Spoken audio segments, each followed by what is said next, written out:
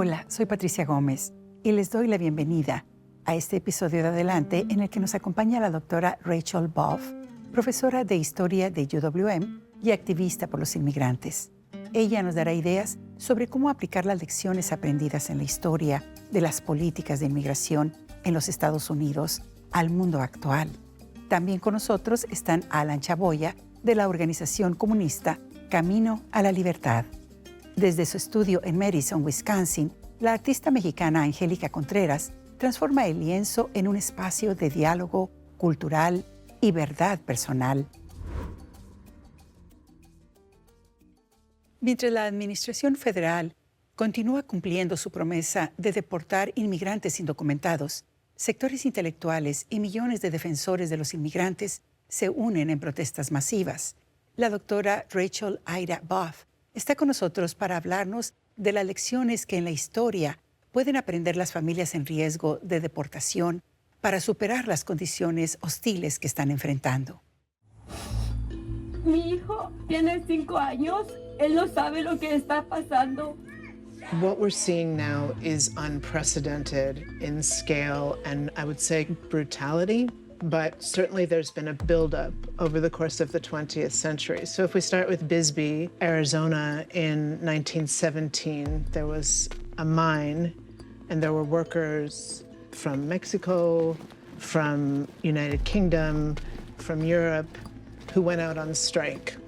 It's the first mass deportation in American history. And what the mine owners did is they collaborated with the sheriff and they brought in trains with freight cars and they just forced people to get in. And then they loaded them onto the trains and then the train drove out of town and unloaded them. At different times throughout the 20th century, we could think about Operation Wetback, so-called, which was an attempt to rid the southwestern California of the so-called wetback menace, which was really targeting Mexican Americans, of course. It was a really racist campaign. Similarly there, the Immigration and Naturalization Service would round people up, citizens, legal residents, undocumented people, detain them, and then deport them across the border. It's really important to say that 99% of the people in immigrant detention have committed no crime. They are just here. And somehow, and this happened in the 1980s, in the early Reagan years, as Haitians tried to migrate, the United States responded by trying to pluck them at sea and dump them back in Port-au-Prince, even if you were fleeing for your life, even if somebody was trying to kill you, dump them back in Port-au-Prince. But some Haitians made it in leaky boats to Florida, and the Reagan administration did not know what to do with these Black folks seeking freedom. So it decided this is where we have the beginning of the idea that to seek asylum, an international right certified in 1951, in this country, and it's radiated to other countries in the global north, if you are an asylum seeker and you need to leave home because it's unsafe, you will be preemptively detained. You will go to prison for the crime of having to flee your home. And now we see the scale of that, right? Mm-hmm.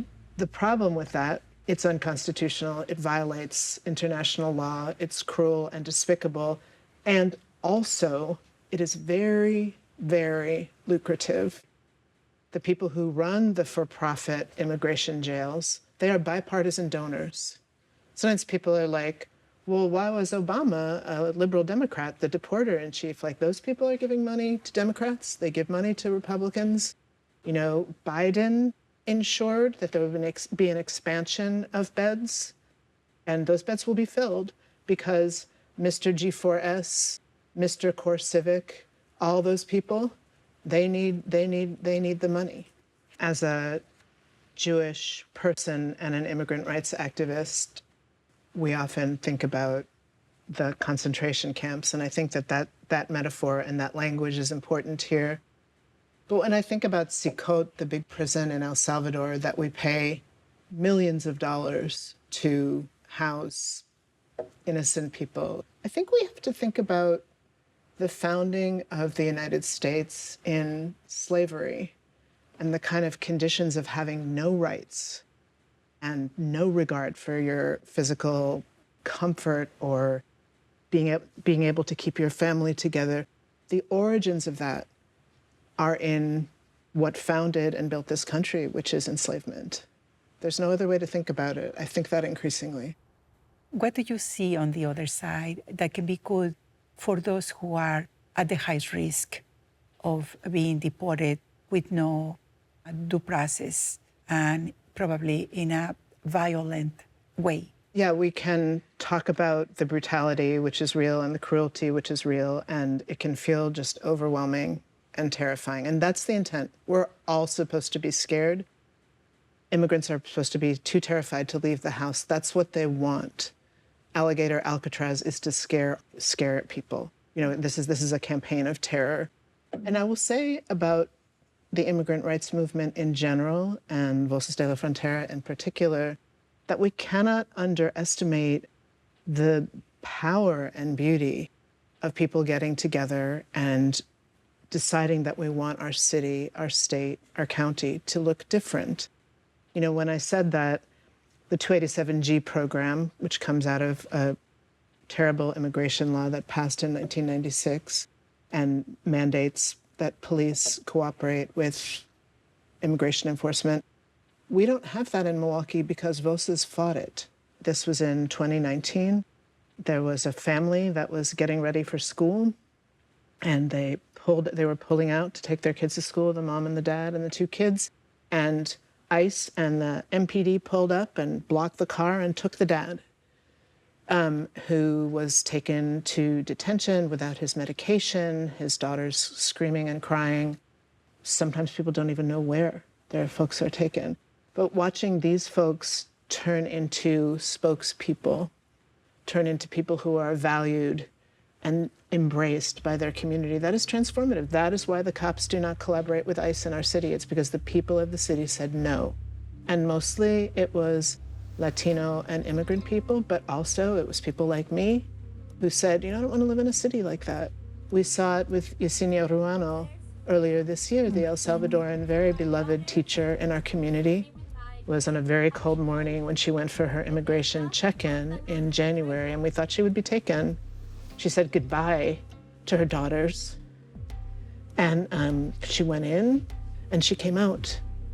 And, you know, I will never forget that moment of her coming out. Yeah. Because we didn't think her daughters were crying. We were all crying. Eventually, though she fought a good fight and we fought with her, she took voluntary departure. She deported herself to El Salvador with her daughters because she was afraid of being taken from them, and they didn't give her enough time to make her visa.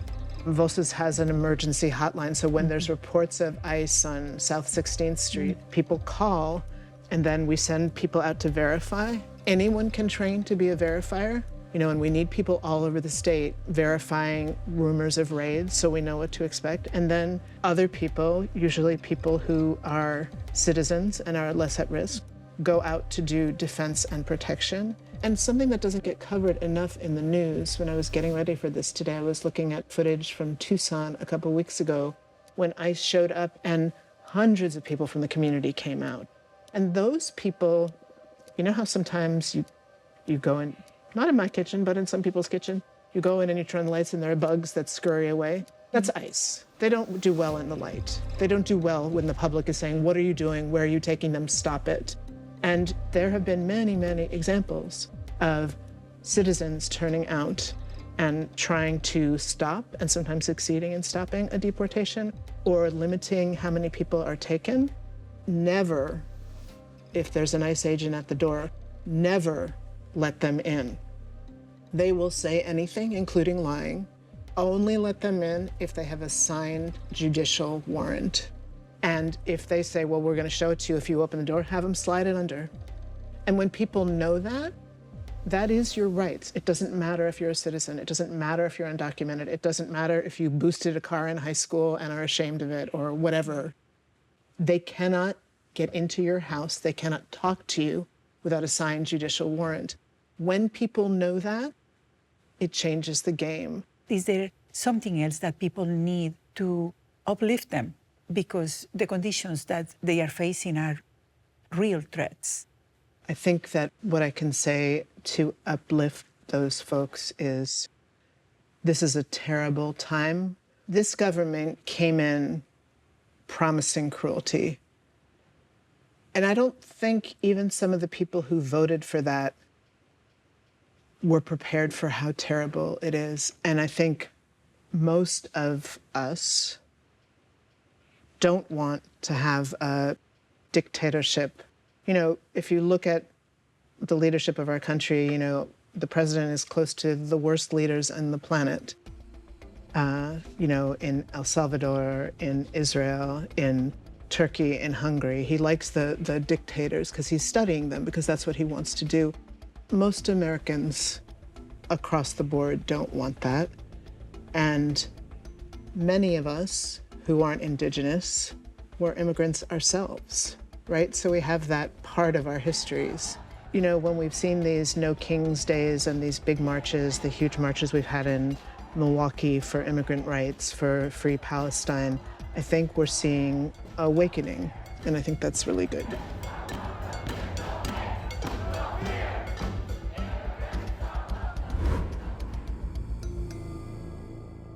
Alan Chavoya es parte de la organización comunista Camino a la Libertad y profesor de filosofía en Milwaukee Area Technical College. Él nos explicará la importancia de que por qué las familias inmigrantes que no tienen documentos se mantengan informados sobre los derechos legales y humanos que los protegen.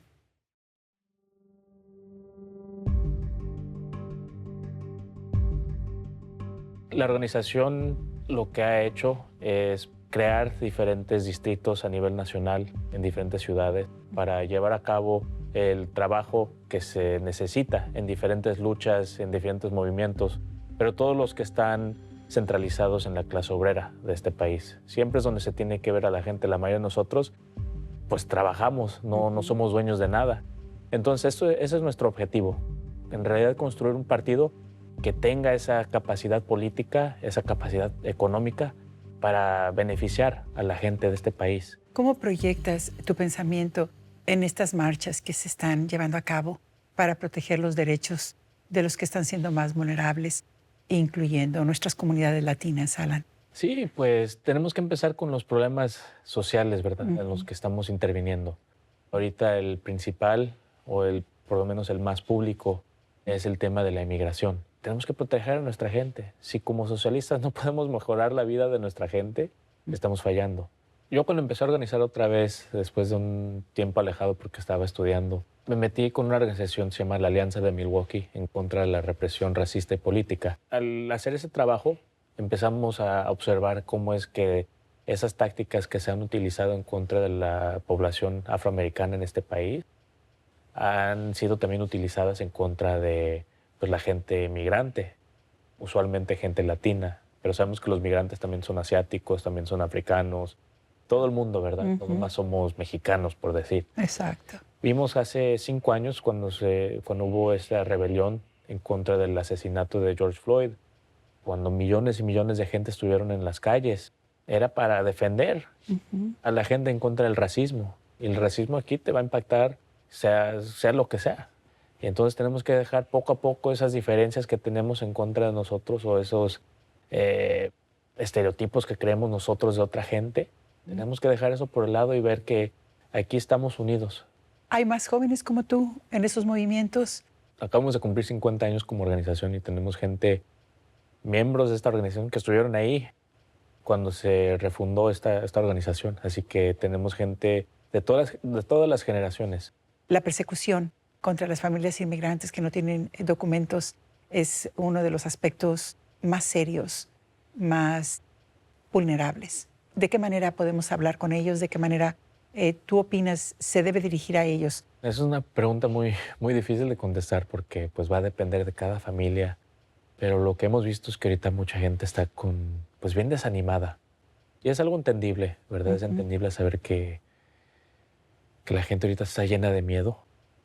Y de por sí nuestra vida no es una vida fácil. Ahora tenemos que pensar siempre de que existe la posibilidad de que no regresemos a la casa.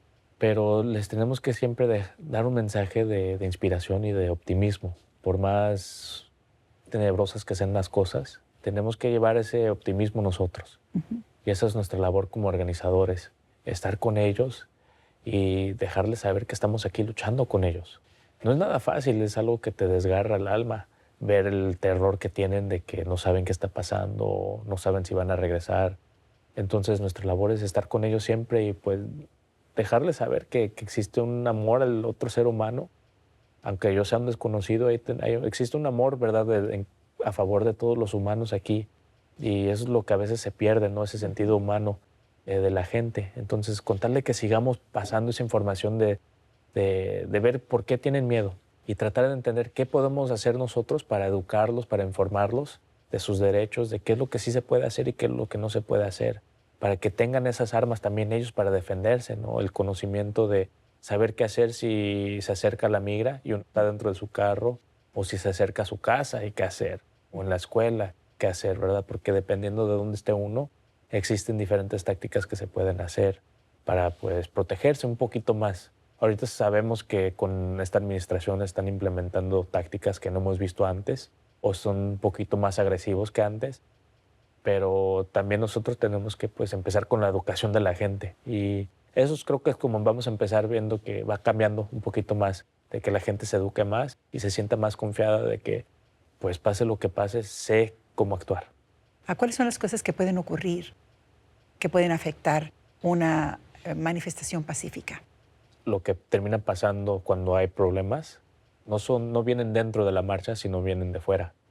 Eso lo vimos en Kenosha hace 5 años, cuando vimos que gente como Kyle Rittenhouse llegó, la Guardia Nacional llegó, diferentes departamentos policíacos llegaron a manifestaciones pacíficas. Terminó pasando lo que pasó con Kyle Rittenhouse, que mató a 2 personas, que ellos son los que terminan pasando los problemas en contra de la gente.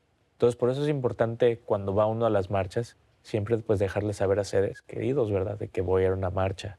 Usualmente no pasa nada, esos son casos bastante extremos. Nosotros no queremos quemar nuestra ciudad, muchos de nosotros somos de esta ciudad o de nuestras ciudades, de nuestras comunidades. ¿Qué nos ganamos al destruir edificios en nuestras propias comunidades? Entonces esas son mentiras que escuchamos en la tele de que dicen, oh, son manifestantes violentos o problemáticos. Cuando vamos a nuestras marchas, nos encargamos de tener un equipo de seguridad interno que esté protegiendo a la gente.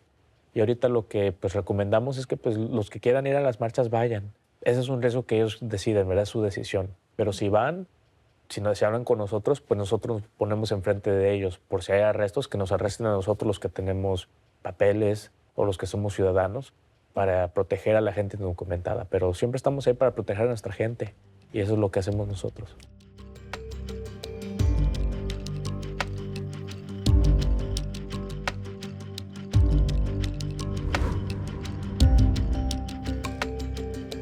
Ahora veamos una historia producida por nuestro colega y productor, así como director de The Arts Page de Milwaukee PBS, Adam Lilly.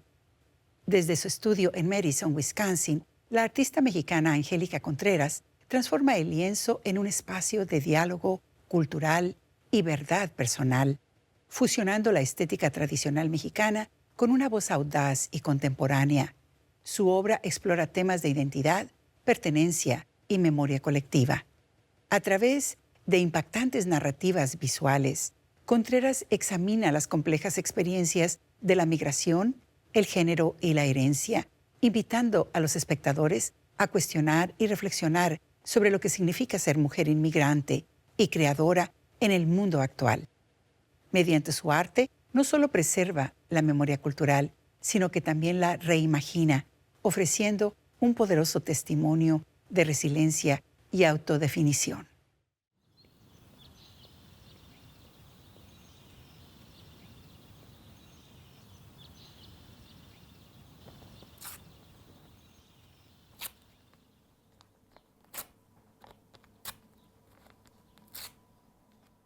I am working on an alebrije, and I'm currently giving some workshops for children and youth so they can learn this craft.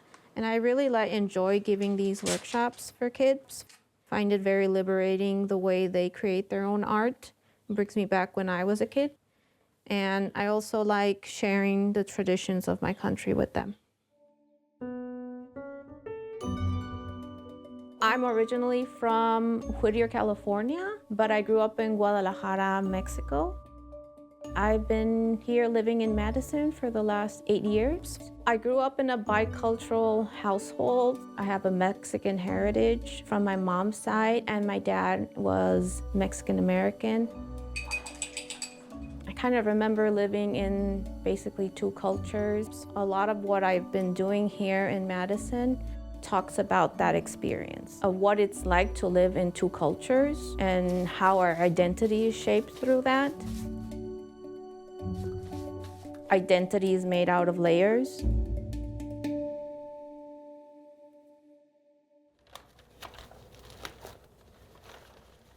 I started collecting scraps of paper when I was very young. My family used to collect just a lot of things, so the medium of collage, I started developing that when I was very young.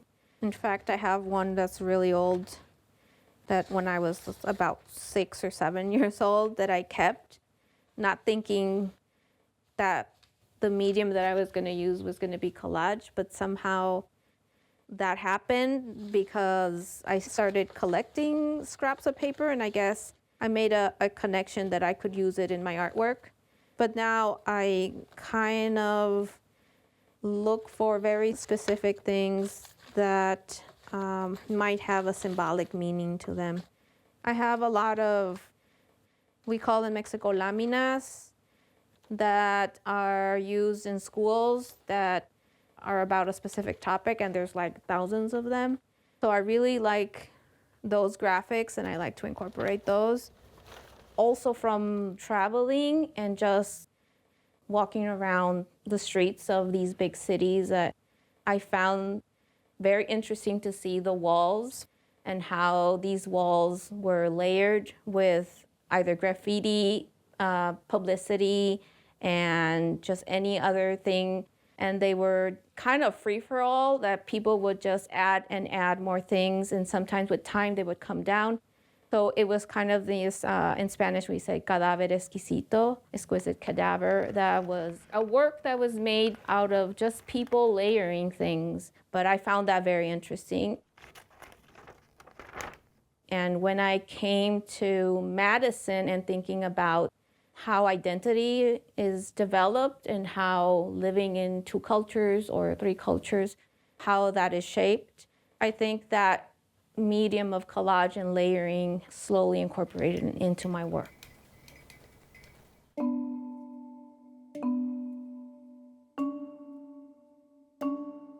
The name of this piece is Duality. This painting is inspired in one of Diane Arbus's famous portraits of the twins. Although they were twins, they were very different. I've seen that when I talk with my students. I think they're more open to share where they come from than instead of just assimilating and hiding. This piece is called La Carga, and La Carga talks about being a caretaker and what people go through and all the things that they're responsible for, and sometimes people don't realize it. The task of having to care for others and how sometimes it's not seen. This piece is going to be called Todos Mis Muertos, and this particular piece talks about the issues right now in Mexico in general of disappearance of people, whether there's women, men, children, in very alarming rates. Some of the figures are from the news, and banners, posters at people that write, like, don't forget me, I'm missing. What motivates me to create art is we tend to just see people or things just from the outside, like the first impression. We don't stop and see commonalities.